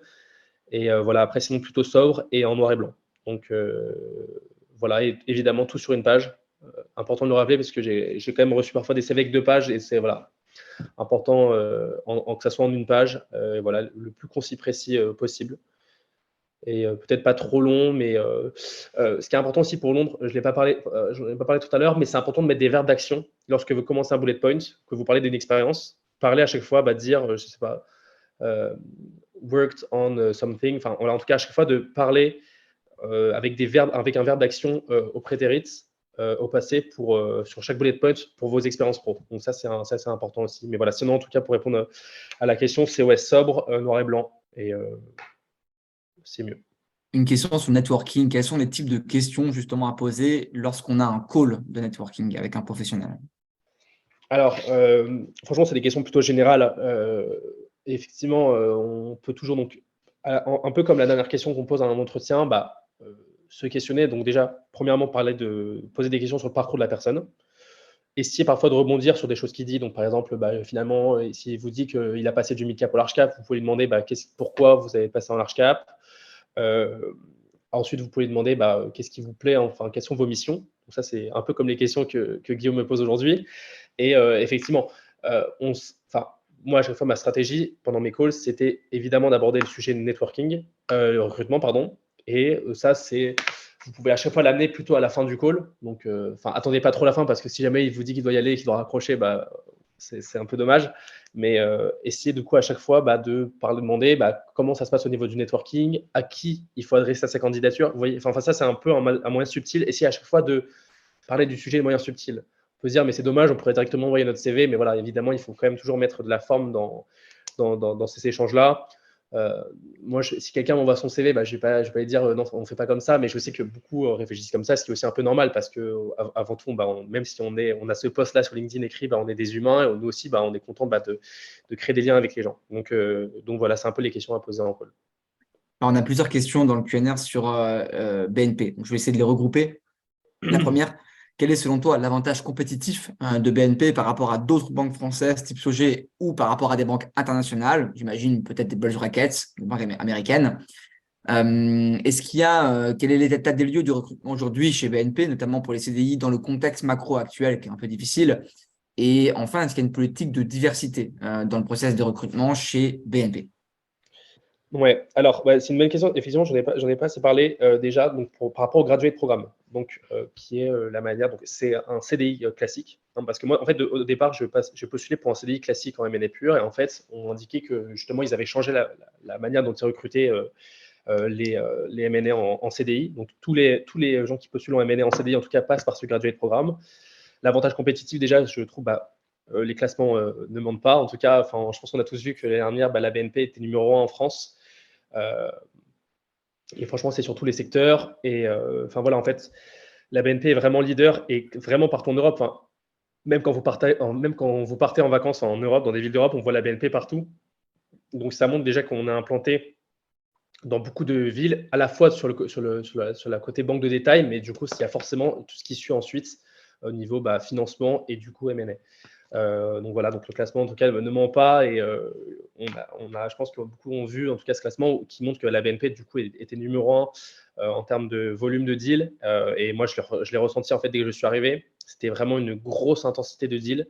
Surtout du coup, moi je suis dans l'équipe exécution, mais c'est aussi le cas pour toutes les équipes. Alors peut-être que je peux faire une petite clarification. Je ne sais pas si je me souviendrai bien, ou si je m'en souviens pour la Sogé, mais peut-être pour vous expliquer comment sont réparties les équipes, parce que c'est peut-être important de savoir quelles sont les différentes équipes, que ce soit la Sogé ou à la BNP. Donc à la BNP, il y a donc l'équipe généraliste, donc celle dans laquelle je suis, qui s'appelle Advisory France, donc qui traite que des deals avec un acteur français, que ce soit à l'achat ou à la vente. Il y a une équipe qui s'appelle donc TMT, donc Tech, Média, Télécommunications. Il y a une équipe CRH, donc Consumer, Retail et Healthcare. Donc souvent, après, il y a au niveau asso, je sais que les Healthcare travaillent plus maintenant avec un pôle Healthcare uniquement, mais voilà, c'est l'équipe qui s'appelle CRH. Ensuite, il y a l'équipe ENRIT, donc ENRIT, E-N-R-I-T, donc Énergie, Natural Resources, Infra et Transport. Il y a une équipe Real Estate. Il y a une équipe Industrials, donc là qui traite plutôt de gros groupes type Saint-Gobain, les gros groupes industriels. Et il y a, il me semble, une équipe FIG. Je n'en ai pas trop entendu parler sur le grade, mais voilà, je sais qu'il y a une équipe FIG aussi qui existe. Mais voilà, ça, c'est les grosses équipes à la BNP. Et à la Sogé, donc il y a eu la French Team, donc, qui est le nom de l'équipe généraliste française, donc qui fait la même chose donc à la BNP, qui traite donc des deals avec un acteur français. Il y a l'équipe CRL, donc cette fois-ci c'est Consumer, Retail et Luxury. Voilà. Et après, il y a l'équipe Industrials aussi à Paris. Et après, je sais qu'ils sont splittés avec Londres sur la partie Power and Gas et avec Francfort sur l'équipe FIG. Donc voilà. Voilà, c'est un peu comme ça que se différencient les équipes à la BNP. Je sais pas si j'ai répondu à toutes les questions, mais Non, alors du coup, peut-être, et c'est peut-être vu qu'on a déjà un peu avancé, la dernière question, je reprends sur BNP. Pour un stage en juillet 2023, quand est-ce qu'il faut commencer à postuler? Et pour les CDI, est-ce que le robinet des CDI s'est un peu arrêté avec le contexte macro? Et ce sera la dernière question avant de conclure ce webinaire pour ne pas te prendre trop de temps. Non, mais alors moi, franchement, j'ai encore. Alors, je vais arrêter, mais je pense que j'ai encore un petit peu de temps. Donc, franchement, s'il y a un peu plus de questions auxquelles je peux répondre, il n'y a pas de souci. Alors, effectivement, c'est ça dont je voulais parler. Donc, pour le recrutement du graduate, donc, il y a une entrée en mars et une entrée en septembre de chaque année. Donc, c'est pas en janvier, juillet, comme c'est plutôt classique, alors que c'est le cas pour les stages, effectivement. Donc, pour les stages, en tout cas dans mon équipe, et je sais que c'est quasiment le cas dans toutes les équipes à la BNP, il y a une entrée en juillet, en septembre, en janvier et en mars. Les process, en fait, donc, du coup, sont plutôt propres à chaque équipe. C'est ce que je vous expliquais avant, en tout cas, à la BNP. on est moins sur un process qui est complètement dirigé par les RH, même si évidemment l'étape RH est indispensable et que les RH vont revoir chaque CV, etc. Mais je sais que beaucoup de personnes accèdent aux entretiens en ayant contacté directement les opérationnels. Donc ensuite, les opérationnels, si l'entretien se passe bien, il y aura évidemment la partie RH qui va se passer, mais il y a quand même le côté opérationnel. Donc en termes de délai, c'est souvent, je dirais, 4 à 6 mois en avance, mais ça peut dépendre de chaque équipe. Donc, vaut mieux s'y prendre trop tôt que trop tard. Et limite, si jamais vous postulez peut-être un peu trop tôt, donc postulez pas peut-être 10 mois à l'avance, mais si vous postulez, je ne sais pas, 7 mois à l'avance, la personne pourra toujours vous répondre, n'hésite pas à me relancer dans 3 mois quand on aura commencé les recrutements. Mais voilà, en général, c'est 4 à 6 mois à l'avance. Et alors, moi, par exemple, pour mon équipe, on est complet pour janvier-mars. Je sais, genre, je vais me renseigner, mais je ne vais pas dire n'importe quoi sur une équipe qui serait encore en recrutement, mais je pense que pour janvier-mars, presque toutes les équipes sont complètes. Parce qu'en fait, donc, alors, quelque chose d'important et que je n'avais pas saisi au début quand je postulais, c'est que il est important de noter que les recrutements en général, janvier-mars et juillet-septembre, se font en même temps. Donc, en fait, si vous postulez en septembre, en fait, mettez-vous, enfin, en termes de délai avant le stage, postulez bien 6 mois avant la période de juillet. Parce qu'en fait, souvent, dès janvier-février, toutes les banques en fait vont faire leur process juillet et septembre en même temps. Donc voilà, moi je me suis fait avoir notamment où je me disais je postule pour septembre, je vais attendre avril, mai, etc. Mais en fait non, les process étaient déjà clos. Donc voilà, ça c'est une petite aparté mais qui est importante à savoir. Alors, on va prendre du coup une dernière question. Igor a levé la main et donc du coup, tu peux la poser. Bonjour à tous les deux, merci pour cette intervention. Moi j'ai une question un peu particulière, c'est est-ce que le fait d'être dans une grande banque, ça bloque totalement le fait d'utiliser un CV école africaine? Enfin, par là j'entends une fois qu'on a fini notre période d'école pendant laquelle on peut avoir une convention de stage et qu'on utilise une convention de stage à l'étranger, est-ce que c'est totalement bloquant ou c'est faisable? Alors ça vraiment, je sais que c'est un sujet important. Je crains que ça soit peut-être un peu plus problématique. Les conventions de stage, je sais qu'on peut parfois peut-être en acheter ou je ne sais plus comment ça se passe. Mais je crains que ça ne soit pas trop possible pour les grandes banques. Effectivement, c'est un point important. Je sais que le niveau boutique, comme c'est peut-être un peu moins réglementé et qu'il y a moins de responsabilité des écoles liées à ça, je pense que c'est plus possible, mais je crains en tout cas il faudrait que je me renseigne, mais je pense que c'est moins possible en tout cas, malheureusement. Mais après, je pense que je sais pas comment ça se passe au niveau du recrutement pour ce type de profil, mais je me renseignerai. Peut-être que je donnerai la réponse à Guillaume qui vous transmettra l'info, mais voilà. Yes. En tout cas, merci beaucoup, Timothée, pour le temps que tu as consacré aux étudiants, pour tous tes conseils. Merci à vous d'avoir suivi ce webinaire. Pour conclure, ceux qui ne le font pas encore, n'hésitez pas à nous suivre sur LinkedIn pour être au courant déjà de l'actualité du secteur. Toujours intéressant d'avoir une culture générale financière, économique, quand on postule dans ce type de métier. Et puis aussi, on met beaucoup d'actualités sur nos événements pour les prochains webinaires ou d'autres événements. Donc, si vous êtes intéressé, n'hésitez pas à nous suivre. Pour ceux qui veulent bien sûr débuter leur préparation ou la boost avec nous, on serait ravis de vous accueillir. Et pour les autres, je vous revois à un prochain webinaire avec plaisir ou à un prochain événement. Encore merci Timothée pour ton temps et je vous souhaite à tous une excellente fin de journée. Merci beaucoup Guillaume et merci à tous. Et ça m'a fait plaisir de partager mon expérience. Et voilà, j'ai pas pu répondre malheureusement à toutes les questions, mais alors n'hésitez pas à me contacter. J'imagine que je vais recevoir beaucoup de demandes, mais j'essaierai en tout cas de répondre le plus possible à vos demandes sur LinkedIn. Mais voilà, en tout cas, essayez de bien retenir en tout cas mes conseils. J'espère que j'ai été le plus clair possible là-dessus. Mais voilà, en tout cas, merci beaucoup Guillaume pour cette organisation. Merci à toi Timothée, avec plaisir. Bonne fin de journée. Merci, au revoir. Au revoir.